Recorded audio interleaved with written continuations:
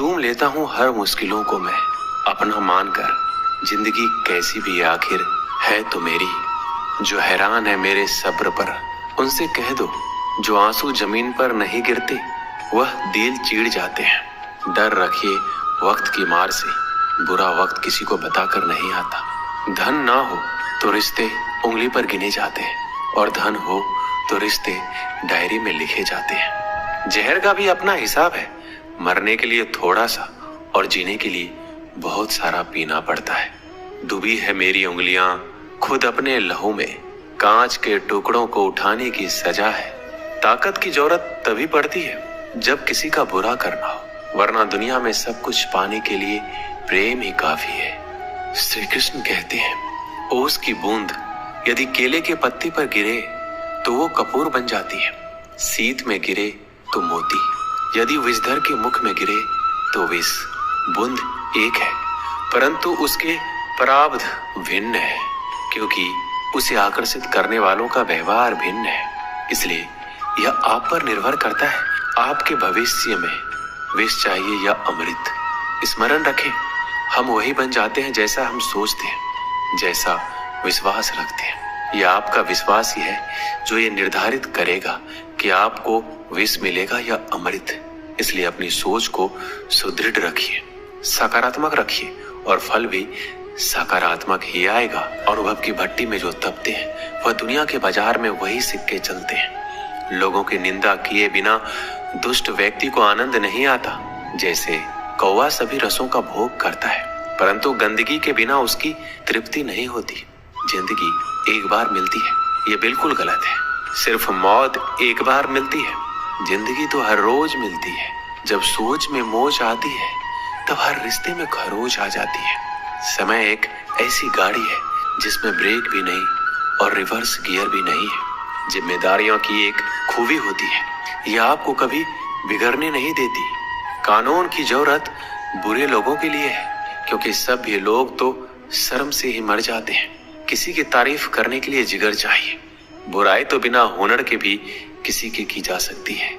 मेरी खामोशी से किसी को कोई फर्क नहीं पड़ता, और शिकायत में दो शब्द कह दूं तो वह चुप जाते हैं। श्री कृष्ण कहते हैं, जब से ये सृष्टि बनी है नदी की धारा और चट्टान के मध्य सदा संघर्ष रहा है, परंतु हर बार चट्टान की कठोरता को हारना पड़ता है, और नदी की धारा कोमल होते हुए भी कठोर चट्टान को काट देती है।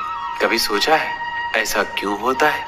चट्टान इतनी कठोर और जल इतना कोमल, चट्टान इतना दृढ़ लेकिन जल इतना लचीला होने पर भी सदा जल कठोर चट्टानों के माध्यम से अपना मार्ग बना ही लेती है। कारण केवल एक ही है, और वो है लगातार चलने की क्षमता। जल बढ़ता रहता है, चट्टान अडिग रहती है। इसी कारण जल चट्टान को काट कर मार्ग बना लेता है।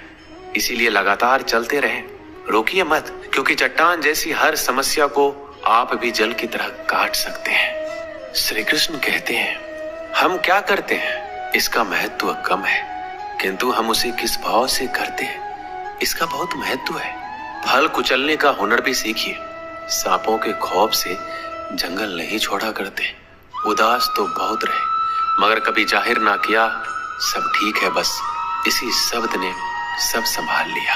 अनुमान गलत हो सकता है, पर अनुभव कभी गलत नहीं होता, क्योंकि अनुमान हमारे मन की कल्पना है और अनुभव हमारे जीवन की सीख। अगर लड़ना ही है तो अपने कड़वे स्वभाव से लड़ो, जो किसी को अपना नहीं होने देता। गुस्सा बहुत चतुर होता है, अक्सर कमजोर पर ही निकलता है। धूप बहुत कड़ी है, बदन जल रहा है, कुछ तकलीफ जरूर है, पर घर चल रहा है। वक्त वो तराजू है जो बुरे वक्त में अपनों का वजन बता देता है। जिसमें नुकसान सहने की ताकत हो वही मुनाफा कमा सकता है, फिर चाहे वह कारोबार हो या रिश्ते। श्री कृष्ण कहते हैं, जिम्मेदारियां भी खूब परीक्षा लेती है, जो निभाता है उसी को परेशान करती है। कहीं ना कहीं कर्मों का डर है, नहीं तो गंगा पर इतनी भीड़ नहीं होती। जो कर्म को समझता है उसे धर्म को समझने की जरूरत ही नहीं। पाप शरीर नहीं करता, विचार करते हैं, और गंगा विचारों को नहीं सिर्फ शरीर को धोती है। शब्द का महत्व तो बोलने के भाव से पता चल जाता है, वरना वेलकम तो दरवाजे के गेट पर भी लिखा होता है।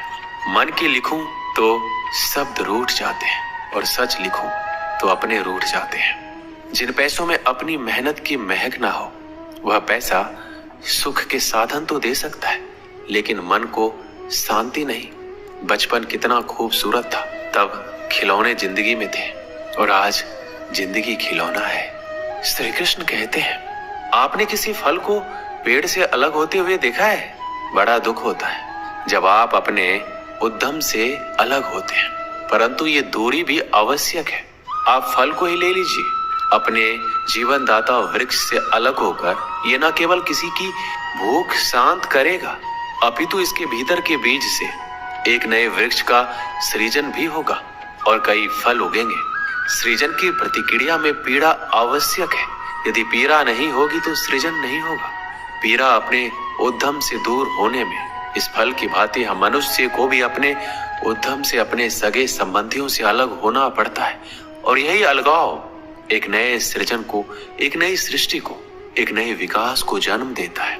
इसलिए ऐसे अलगाव से दुखी मत होइए, उसका स्वागत कीजिए, क्योंकि ये विकास की नींव है। श्री कृष्ण कहते हैं, गलत फहमी में जीने का मजा ही कुछ और है, वरना हकीकतें अक्सर रुला देती हैं। जब तक रास्ते समझ में आते हैं तब तक लौटने का वक्त हो जाता है। यही जिंदगी है। प्यार नहीं बिकता किसी के लिए, मगर इंसान बिक जाता है अपने मतलब के लिए। जब तक किसी अपने से धोखा ना मिले तब तक समझ नहीं आता कि जिंदगी क्या है। काश उस जाते हुए वक्त को रोक सकते, आपके साथ गुजरा हुआ हर समय जोड़ सकते। मुझे नफरत पसंद है, लेकिन दिखावे का अपनापन नहीं। शीशा कमजोर बहुत होता है, मगर सच दिखाने से घबराता नहीं है। श्री कृष्ण कहते हैं, अपराध वो भावना है जिसके कारण संसार में सदा दुख ही व्याप्त रहता है। हम सब अपराधियों से घृणा करते हैं, उन्हें कोसते हैं, परंतु क्या कभी विचार आया है कि कोई भी जन्म से अपराधी नहीं होता? तो ऐसा क्या कारण है कि कोई इतना बुरा बन जाता है कि वो बुराई की सीमा ही पार कर जाए? कारण है कामना। यदि कामना पर नियंत्रण ना रखा जाए, यदि कामना को पूर्ण करने के लिए परिश्रम ना किया जाए, तो वो तृष्णा में बदल जाती है, और तृष्णा लालच में, और लालच छल में, और छल करते ही मनुष्य अपराध की ओर अपना पग बढ़ा देता है। इसलिए ये अत्यंत आवश्यक है कि मन की कामनाओं पर नियंत्रण रहे। यदि मन पर नियंत्रण रहेगा तो अपराध पर स्वयं ही नियंत्रण हो जाएगा। हम सबका मन करता है कि हम जीवन में ऐसे शिखर पर पहुंचे जहां हमसे ऊपर कोई ना हो, जहां हमें कुछ करने की आवश्यकता ना पड़े। कुछ लोग इस शिखर पर पहुंच भी जाते हैं, परंतु उनका मन सदा विचलित रहता है। मनोरंजक बात है ना कि जिस विश्राम को पाने के लिए हम इतनी मेहनत करते हैं, इतना परिश्रम करते हैं, वो हमें मिलता ही नहीं। कारण स्वयं सोचिए, वन का राजा होने के पश्चात भी सिंह को शिकार करने के लिए परिश्रम क्यों करना पड़ता है? क्योंकि राजा होने का अर्थ ये नहीं कि वो सदा सोता रहे और मृग स्वयं उसके समक्ष आकर कहे, आइए महाराज, मुझे खाकर अपनी भूख मिटाइए। तो ये समझ लीजिए, कार्य आपके परिश्रम से संपन्न होते हैं, केवल कामना से नहीं। यदि आप नीचे हैं तो सदा स्मरण रखिए कि आपका परिश्रम ही आपको ऊंचाइयों पर ले जाएगा, और यदि आप ऊंचाई पर हैं तो वहां पर भी रहने के लिए आपको निरंतर परिश्रम करते रहना होगा। अर्थात परिश्रम से मुक्ति नहीं है, क्योंकि परिश्रम ही जीवन है। भगवान श्री कृष्ण कहते हैं कि डरो मत, ईश्वर हमेशा तुम्हारे साथ है। जब कभी हमारे मन में डर पैदा होता है तो हम भयभीत हो जाते हैं और कई सवाल मन में उथल पुथल मचाने लगते हैं कि अब क्या होगा, कैसे होगा, क्या हम हार जाएंगे या फिर कहीं ये अंत तो नहीं। हमें अपने आसपास वो सभी चीजें दिखाई देने लगती है जो वास्तव में होती ही नहीं है। हमारे मन की कल्पना ही हमारे मन के डर को जन्म देती है, और ये डर हमारे वर्तमान और भविष्य को नष्ट कर देता है। अक्सर हमने देखा होगा कि संसार में सभी लोगों को किसी न किसी वस्तु का या फिर किसी न किसी व्यक्ति का डर हमेशा ही सताता रहता है, और जो सबसे बड़ा डर मनुष्य के मन में घर कर लेता है वो होता है मृत्यु का डर, जो हर एक व्यक्ति को आजीवन परेशान किए रखता है। आपने देखा ही होगा कि माता पिता अपने मृत्यु से पहले अपने बच्चों के लिए वो सब कुछ करना चाहते हैं जिससे उनके बच्चों को अपने भविष्य में किसी तरह की परेशानी ना हो और जो उनके जीवन को सरल बना सके। लेकिन क्या ये सही मार्ग है? क्या इससे उनकी संतान अपने भविष्य के प्रति इस डर के भाव को खत्म कर सकती है?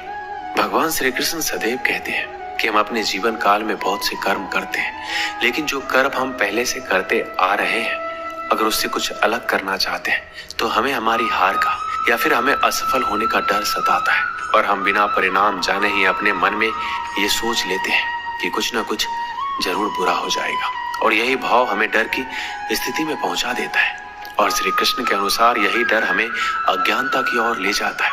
वास्तव में अज्ञानता का पहला चरण है भय, भय जो श्रेष्ठ से श्रेष्ठ मनुष्य के विवेक को हर लेता है। जरा स्वयं ही अनुमान लगाइए कि कोई आपको तैराकी के लिए कह दे, लेकिन आज से पहले आपने कभी भी तैराकी नहीं की है, तो आप अपनी तैराकी सीखने से पहले ही अपने मन में यदि ये डर बैठा लेते हैं कि कहीं आप डूब ना जाए या फिर आपके साथ कोई अनहोनी ना हो जाए, तो आजीवन आप तैराकी सीख नहीं पाएंगे, अज्ञान रह जाएंगे, फिर चाहे आपके पास ब्रह्मांड का सबसे उत्तम गुरु ही क्यों ना हो। श्री कृष्ण कहते हैं इस डर को पीछे छोड़कर सफलता के मार्ग पर बढ़ना जरूरी है। यदि हम अपने डर से पीछा छुड़ाना चाहते हैं तो हमें अपनी आरामदायक स्थिति को त्यागना होगा।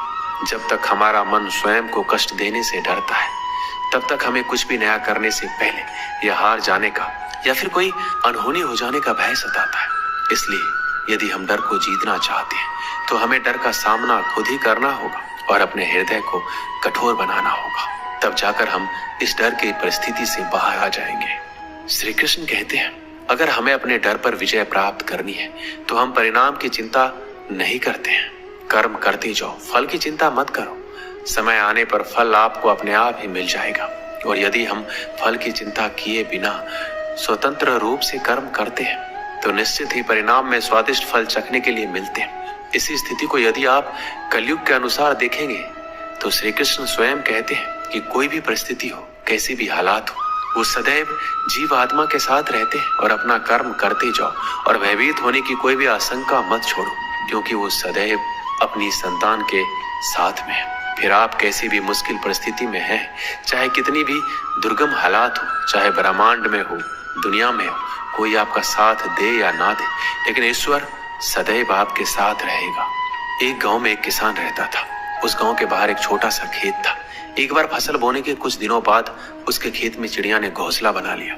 कुछ समय बीता तो चिड़िया ने वहां 2 अंडे भी दिए। उन 2 अंडों में से 2 छोटे छोटे बच्चे निकल आए। वो बड़े मजे से उस खेत में अपना जीवन गुजारने लगे। कुछ महीनों के बाद फसल कटाई का समय आ गया। गांव के सभी किसान अपने खेतों की फसल की कटाई में लग गए। अब चिड़िया और उसके बच्चों को वह खेत छोड़कर नए स्थान पर जाने का समय आ गया था। एक दिन खेत में चिड़िया के बच्चों ने किसान को ये कहते सुना कि कल मैं फसल कटाई के लिए अपने पड़ोसी से पूछूंगा और उसे खेत में भेजूंगा। यह सुनकर चिड़िया के बच्चे परेशान हो गए। उस समय चिड़िया कहीं गई हुई थी।